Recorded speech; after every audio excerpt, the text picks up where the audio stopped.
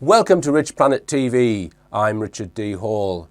We've covered the subject of UFOs many times on this show, and it seems that fairly recently there has been a shift in how the subject is being presented by certain mainstream outlets.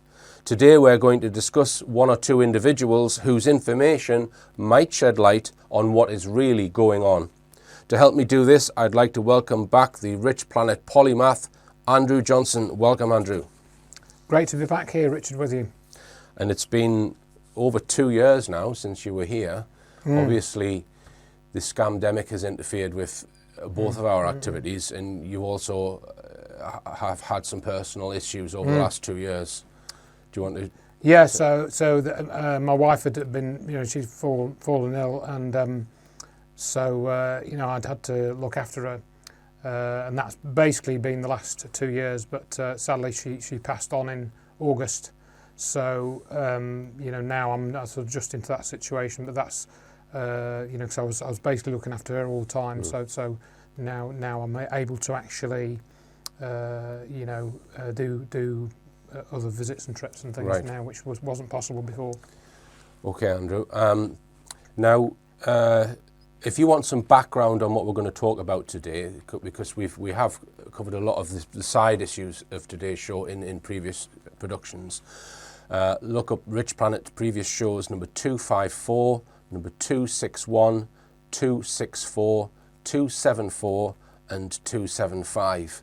Or you can also look at Andrew's trilogy of books on this subject, which are Secrets in the Solar System, Acknowledged, and Finding the Secret Space Program. Can you just give us a sentence on what each of those books is about, Andrew? Yeah, so the Secrets in the Solar System is all about the solar system anomalies on Mars, Phobos, Iapetus, some on the Moon, and that sort of collection of pictures and analysis. So that's the solar system book. And then the Finding the Secret Space Program, that looks at the development of some of the anti-gravity research, which we'll probably mention a little bit later on. It also, one of the core features of that book are the disclosures of Edgar Fouché, which we'll probably mention again in this discussion. And then I also have, I think, 4 or 5 chapters on the Apollo hoax. And then the Acknowledged book is more specifically about the UFO subject, looking at some of the main cases a little bit, and trying to get a handle on all the UFO stuff and the various things like the abduction scenario, the back-engineered technology, Roswell, some of the more prominent cases, and try and answer some of the questions. Are there really aliens? Have they really been here? Who are they? Where did they come from? I try to sort of at least ask those questions and look at some of the evidence which might help to answer some of those questions. And there's some crossover between the 3 books, so they ended up just being a trilogy because of the way that I worked through all this stuff over the years and developed various presentations and stuff. Right.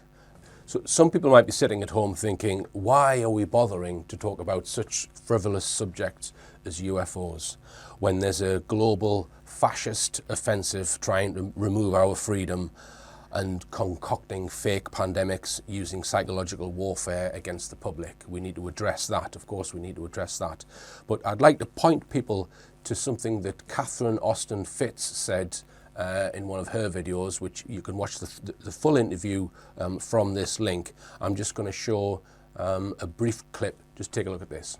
What I will tell you is the planet is run by force. And so ultimately the question is, who is the most powerful gun? And that comes down to space. Who has the most powerful space presence, space weapons, as well as who controls the sea lanes? So traditionally, control behind the reserve currency came from control of the sea lanes. But then as we've moved into space, it's now become control of both the sea lanes and the satellite lanes. And the question is, who controls what and who has what weapons? One of the reasons you've seen a very interesting discussion in the United States for the last 2 years is Trump has been very verbal about Space Force and what is possible in space, and he'll make these allusions to our magical weapons in space, at which point the generals look at him very disapproving, like, don't talk about that. So the answer is we don't know. We don't know. What we do know is part of the competition right now between China and America is that the player who has the most dominant position in space has the power to control the whole planet. Okay, so although we've got global NGOs, the World Health Organization, United Nations, the central banks, and companies like BlackRock, Bill and Melinda Gates Foundations, all these entities seem to be putting the human race under a fascist rule. But whoever controls weapons in space ultimately has power over all those groups. Yeah, I agree. You know, and this is something that can easily get overlooked. You know, the way I tend to look at it is all the COVID stuff is like trying to control the biological element of human life, you know, in various ways and methods. But there are other aspects under which we can be controlled as well. For example, as you say, the use of weaponry, advanced weaponry, and also the use of energy. And if you study the UFO issue, you know, particularly the sort of weaponry aspect or the defence aspect is primarily what we're going to be discussing in this programme. But those are two other aspects of life on Earth which affect how we live. You know, now, when you say the UFO issue, you're not necessarily talking about aliens. Correct. You're talking about things that might look like UFOs that have been developed by human beings that are beyond what's been released. Correct. And you're talking about hidden weaponry. You're talking about things that may have been developed from a crash retrieval, but may not. Correct. Right. Correct. That's what you mean by the UFO issue. So yeah. You know, and a lot of this that we have to consider, and we've done many shows about this, is 9/11, and I just want to mention that here briefly because when you really study 9/11, I know there'll be many viewers already. We've done it to death, but for those that are new to this, when you study it, you will find it's not at all what you thought it was like, and the weaponry and energy issue actually comes out also of studying 9/11, and that's the Acknowledged book is where I sort of try and explain that more and how I think it factors into this UFO alien type issue. You know, whatever you want to call it, UFOs, aliens, extraterrestrials, whatever you want to call it. It's always awkward to discuss it because we don't always know what to call it, and obviously the mainstream has given it different names. And of course now we can bring in that they've changed the term UFO to the unidentified aerial phenomena, the UAP. They seem to have gone back on that a little bit now, but they again they've changed the language, which of course is what they've done with the COVID issue. They've changed all the language that they use. Yeah. You know, so. Right, and we'll come on to that. Now you mentioned Ed Fouché at the beginning there. And he said that in the 1990s, and I think Fouché is probably a reliable source, he claimed that they had put two vehicles in permanent orbit, which were undisclosed satellites. One was the Space Orbital Nuclear Service Intercept Vehicle called SUN-SIV, right?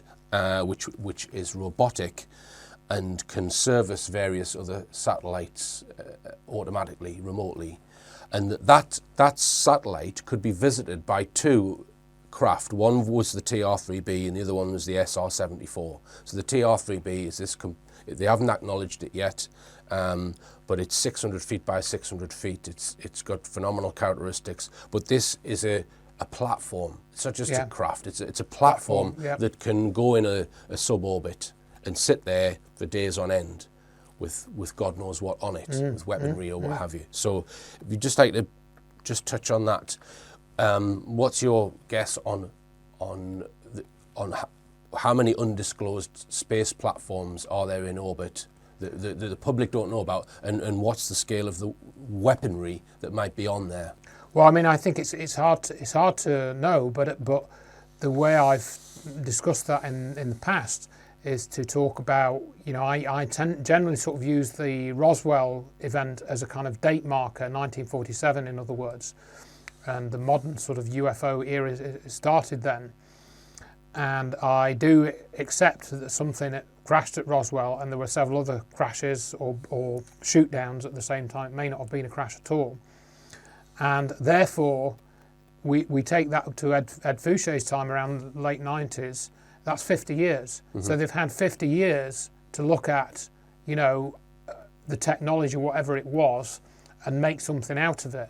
And so, you know, have they developed weapons? Well, again, we look at what happened on 9/11 and we'll say, well, yes, they've developed weapons. Did that come from a flying saucer? Well, I don't know, but the point is that weaponry has been developed and was used on 9/11. And if you look at the characteristics of that, that will give you some indication of what black technology is real. You know, this is real. We're not talking that hypothetical, but we don't know how much of it there is. We don't know where it is. For example, where we've talked about space platforms a couple of minutes ago. Where are they? How are they in medium Earth orbit? You know, why can't we see them? Are they like 1,000 miles away from the Earth? Are they halfway to the moon? Are they beyond the moon? You know, we don't have that information. I was told on that particular issue by a chap that I know in the US, Frank Ferguson. He, you know, we've mentioned this in one of the other videos we've done. He said that his father worked on black programs, space platforms, and they had very advanced space platforms back in the 50s, you know. And there are space platforms which they kept secret for decades and then revealed many years after. That's right. So, and we've covered that before, you know, like the manned orbit in the laboratory, that was a secret space platform program. And the Soviets had the Almaz program as well, and those have been covered in PBS documentaries. You know, they were secret space programs, right. And I cover that in the book. So the question of why can't we see them? Let me just address that a little bit. Firstly, Ed Fouché claimed that the Sun Civ satellite was nuclear powered, right? So that means it doesn't need solar panels, so its visible signature is going to be smaller. Plus, you've also got the stealth technology that's used on the TR-3B, which makes it invisible to radar. So I think it would be reasonable to assume that they could disguise space platforms.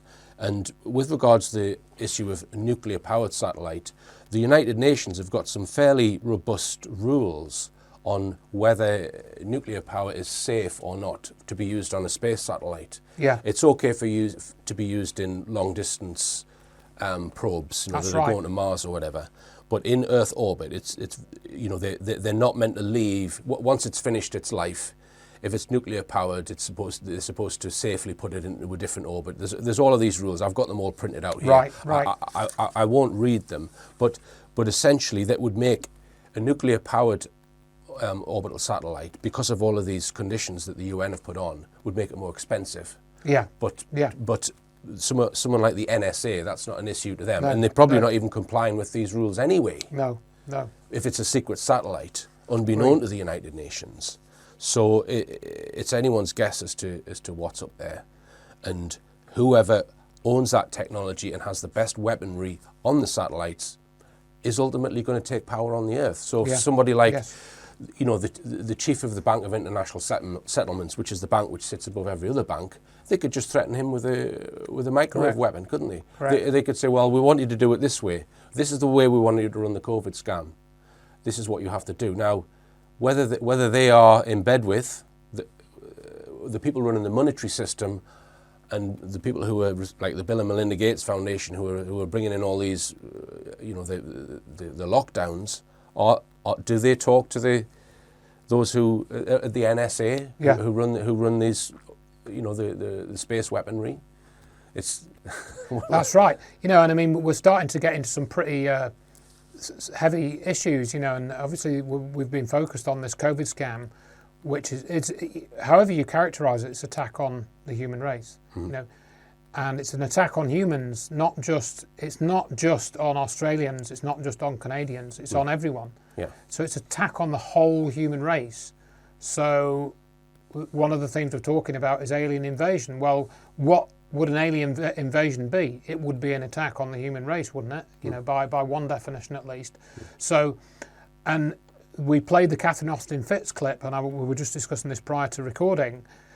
One of the reasons that Catherine Austin Fitts became a name in the alternative knowledge community or conspiracy community, whatever you want to call it, was, and she's quite candid about this, is that when she worked for the government, I think it was the Department of Housing or something, I forget the exact name of her department, but you can look that up. When she was working in that department for the government like 20, 30 years ago, she came in to work one day and was talking to this guy, and he says, "Oh, do you want to meet an alien?" You know, and she sort of went, "What?" You know, and then she was offered to have a meeting with an alien, you know, and that then sort of, it never happened, of course, but you can read about her discussion of that. She was quite candid about that. So what did that mean? You know, what alien? You know, why did that guy come in and say that? I don't think it was a joke. If you read the story, it wasn't. She wasn't having a trick played on her. So I think it's very important that people start to at least think about these issues and what's going on, and how. I mean, this is why we're making this program. How does it tie into the larger picture of the COVID scam? You know. Yeah, and just staying on directed energy weapons for a moment. Chris Hampton has made films where he covers a company called Science Application International Corporation. And I was watching the Disclosure Project videos the other day, and I'd overlooked the fact that Stephen Greer actually mentions SAIC in the 2001 press conference. Yes. So there we've got a link between energy weapons possibly and, again, the UFO subject. Right. So do you know, other than the 9/11 weaponry, right, is there much come out in terms of what SAIC and other companies have developed? Well, not directly. I mean, again, if you watch Chris Hampton's film, The 9/11 Alchemy, which I know you featured as one of your videos in the past, you know, he's got quite a lot of good information there, and that SAIC are clearly heavily involved in to areas of technology development, such as we've just been discussing in the last few minutes. We've mentioned stealth, for example. That's probably one area where they've got some involvement. Certainly directed energy weapons, that's been disclosed. And the other big one, which of course is what's happening with COVID, is psychological operations. SAIC have been doing psychological operations for the US government, for example, in Iraq.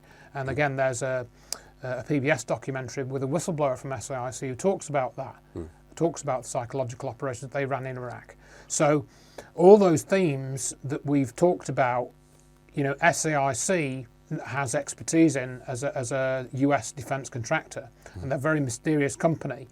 And of course, most people have heard of Lockheed, you know, they've heard of Northrop Grumman, they've heard of the Skunk Works and things, but far fewer have heard of SAIC, you know, and they were defendants in Dr. Judy Wood's 9/11 court cases, as were Applied Research Associates. So, you know, these are things we've discussed at some length in the past, and we encourage people to go back and look at those things. This again is just to get people to think, well, you know, who's behind this COVID scam? What other things are they capable of doing? You know, bio warfare and all of that, and toxic injections, but what else are they capable of? You know, what else could they do to us if the COVID scam runs out of gas, you know, and it no longer works as intended? Yeah, of course, their problem is they try to make everything look like what it isn't. So in other words, they can't use overt weaponry, otherwise the game's up. They've got to make it look like two aeroplanes crashing into a building, or they've got to pretend it's something else in order to stay behind the veil. And that's what the theme of, again, what we're going to talk about now. Yeah, so let's come on to that. So this is the UFO subject as it's presented in the mainstream media, and I think we're probably going to come around the whole circle to the end of this interview. So this sort of kicked off in about 2018, this change in attitude in the mainstream media, and there was more headlines this summer because of a paper that was released. So I'm just going to skip through a few headlines just to give a flavour to people as to what the mainstream media's been saying. So this is a report from the Daily Mail, and it states, Pentagon is accused of a cover-up after its highly anticipated UFO report leaves out the top secret section, and DoD whistleblower claims there's a lot more than 144 incidents. The government has formally and officially come out and informed Congress that these things are A, they're real, and 2, they're not ours, and that they seem to be performing, at least some of them, in remarkable ways, he said. This is Luis Elizondo, which we'll come on to. Report from the BBC, the 25th of June. UFO reports, US finds no explanation for sightings. The Daily Express, UFO report, Congress given confidential briefing before release. Something's going on. The Sun, this is coming more up to date now, The Sun on the 18th of November 2021, quoting Elizondo again, and the Tic Tac video, we've come on to that. The Pentagon is on the verge of getting a real-life X-Files office dedicated to investigating UFOs, their origins, and attempts to capture and exploit one of the mysterious craft. I mean, this has all been done in the past, hasn't Yes, it? correct. It has marked an incredible turnaround after the government dismissed UFOs at the conclusion of Project Blue Book in the 1960s. So they're stating that there's a change, an official change in attitude. Yeah, UFOs are real and we don't know what they are, and we're going to try and find out. And they spell it out in this sentence. UFOs have stepped from an issue that was dismissed as fringe and the realm of conspiracy theorists into a genuine national security debate over the past few years. ARSO, that's this new group that's allegedly been set up, will seek to investigate the technical and operational characteristics, origins and intentions of UFOs. Now, the three videos that they keep referring to in all of these reports, we're going to look at them in detail in a second, because they can all be explained with conventional, mundane explanations, right? They are filmed using infrared cameras from fighter jet aircrafts, all of them. So let's go back now. I'm just going to read an extract from this article from 2004, which Andrew highlighted.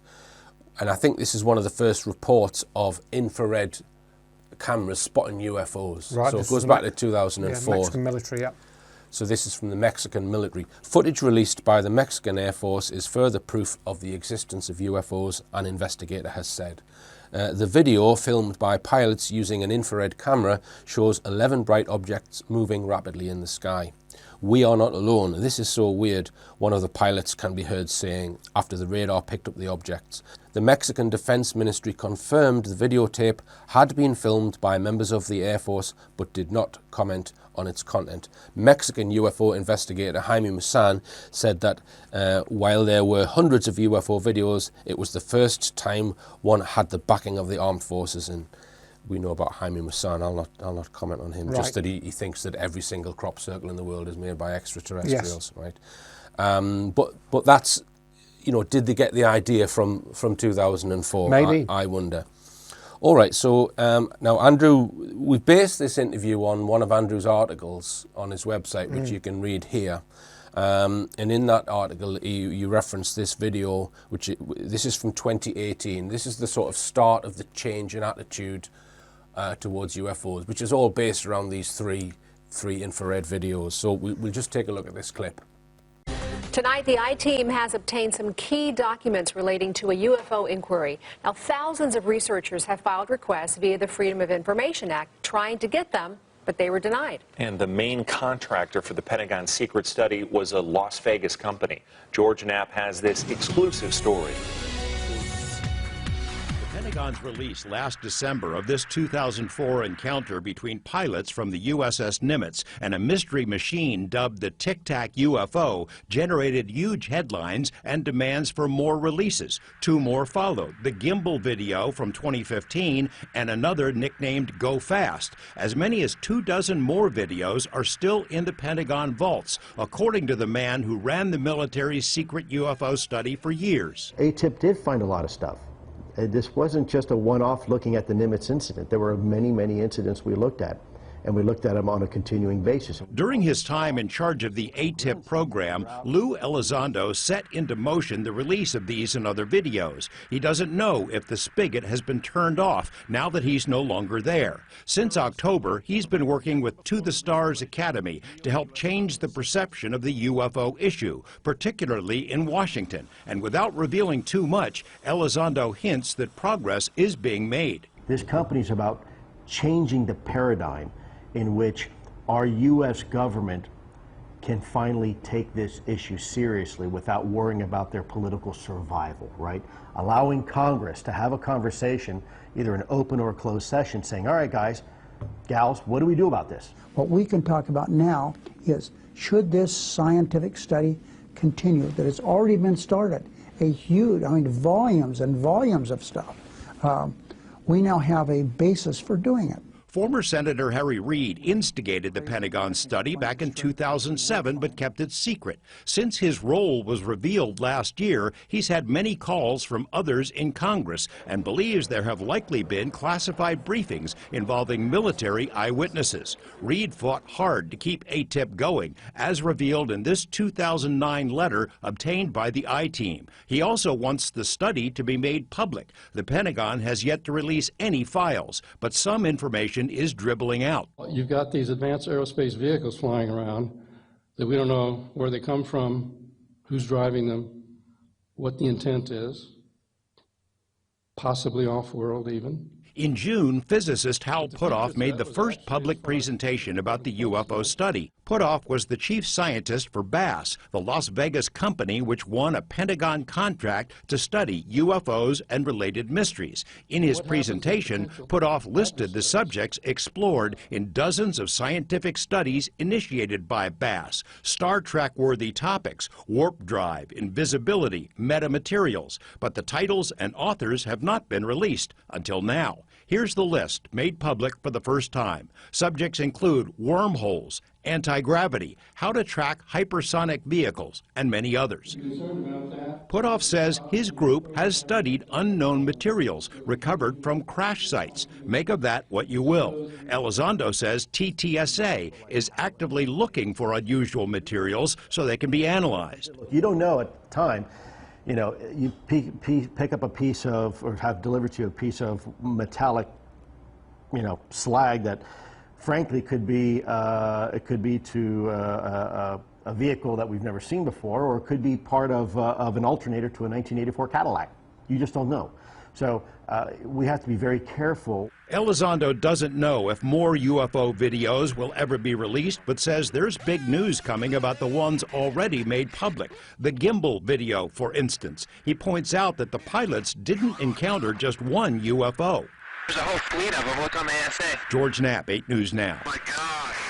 We are posting key documents on the KLAS website, including that 2009 letter written by Senator Harry Reid, as well as the list of the science papers written for the Pentagon during the program, including the titles of the studies and the name of the scientists that were involved. Now, a few items had to be redacted at the request of our sources. You can read them at LasVegasNow.com.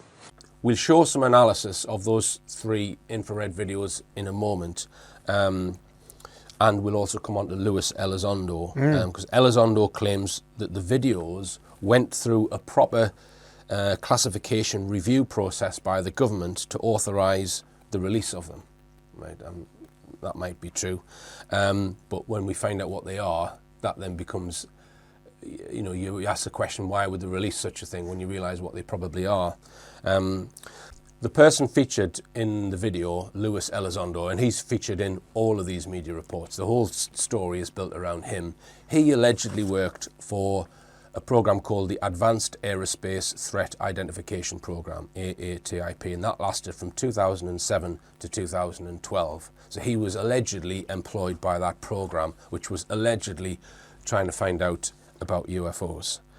Now, let's just take a look at ATIP and when it was set up, because a guy called Bob Bigelow, who runs Bigelow Aerospace, look him up if you want to find out some background. He's in my book as well. On Bob Bigelow. Right, he ran an organisation called NIDS, which was doing similar things, which was self-funded, right, researching things linked to the UFO phenomenon. And they did a big report in, I think, 2004 on flying triangle phenomenon. Right, yeah, and they've also studied the animal mutilation phenomenon as well. Right. And produced papers on that. So that group ran from 1995 to 2004. Now, Bob Bigelow was good friends with Senator Harry Reid, and they're both based in Nevada. And it was Bob Bigelow who persuaded Harry Reid to use his position as senator to get this group set up. So Bob Bigelow had some hand in this ATIP program being set up. And Luis Elizondo, he mentions Bigelow Aerospace all the time. So Bigelow Aerospace has something to do with ATIP.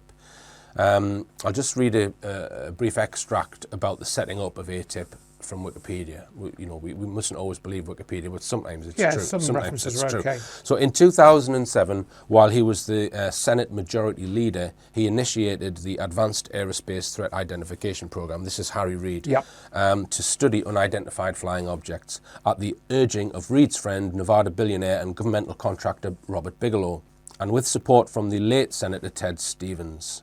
The program began in the DIA in 2007 and was budgeted at $22 million over its 5 years of operation.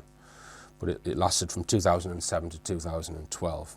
Now, I've got a letter here which has been released, which is mentioned in the clip. Yep. And this is written in 2009 by Senator Harry Reid. You can get this online. I'll read a few extracts. It says, Yep. In order to further our effort in recognizing emerging disruptive aerospace technologies, technical studies are being conducted in regard to advanced lift, propulsion, the use of unconventional materials and controls, signature reduction, weaponry, human interface, and human effects. It says much progress has been made with the identification of several highly sensitive, unconventional aerospace-related findings. Given the current rate of success, the continued study of these subjects, right, will likely lead to technology advancements that in the immediate near term will require extraordinary protection, right? So when you read this, it's not talking about looking in the sky to try and find UFOs. It's talking about researching advances in innovations in technology that could have aerospace applications, and it's imagining what type of aerospace technology will be developed in the future that we have to protect against. That's what this is saying. Yep. There's no mention of UFO spotting in here, right? The nuanced manner in which some of these technologies will be collected, engineered and applied by the US may require senior level government approval. The decision makers must be afforded the necessary time to make strategic decisions, blah, blah, blah, right? And there's another document. This comes from a Freedom of Information request reply about ATIP. Yep. A copy of the list that was recently transmitted to Congress of all DIA products produced under the ATIP contract. So it's saying it's producing products. I'm not sure if that's true. To me, it's more that they're investigating products and technologies. So it lists them, right? So this is all of the technologies that ATIP were interested in. And there's you can find this list. There's 38 different lists of technology. I'll just read some of them out, right? So inertial electrostatic confinement fusion, advanced nuclear propulsion for manned deep space missions, pulsed high-power microwave technology, space access, advanced space propulsion based on vacuum space-time metric, biosensors, invisibility cloaking, traversable wormholes, high-frequency gravitational wave communications, role of superconductors in gravity research, anti-gravity for aerospace applications, field effects on biological tissues, positron aerospace propulsion, concepts of extracting energy from the quantum vacuum, and it goes on and on and on and on. So this is all research which could produce advances in aerospace technology. It's not talking about looking at UFOs at all, right? So I question what ATIP really was, whether it was looking at the sky or whether it was just doing research, as intelligence agencies always do. They look at all of the latest research in order to find out where the emerging threats might be and whether they want to sequester that technology for their own uses. That's what intelligence agencies do. Because some of that list there, you know, and I hadn't read through that list. I think George Knapp discusses it in that news clip, doesn't it? And several of those, like the field effects reference, well, field effects was something that Dr. Judy Wood had talked about in reference to what happened on 9/11. Same with the gravity effects, energy and gravity, inertial effects, anti-gravity, that was all in there. And those are all subjects that you and I have discussed in past shows from a slightly different perspective, you know, all with the Ed Fouché material and the Bob Lazar material, which we're probably going to mention a little bit later on as well. So those are all topics which we think are of extreme interest, but not necessarily because of anything to do with aliens. As you say, it's all to do with classified programs right, which they need to keep covered up.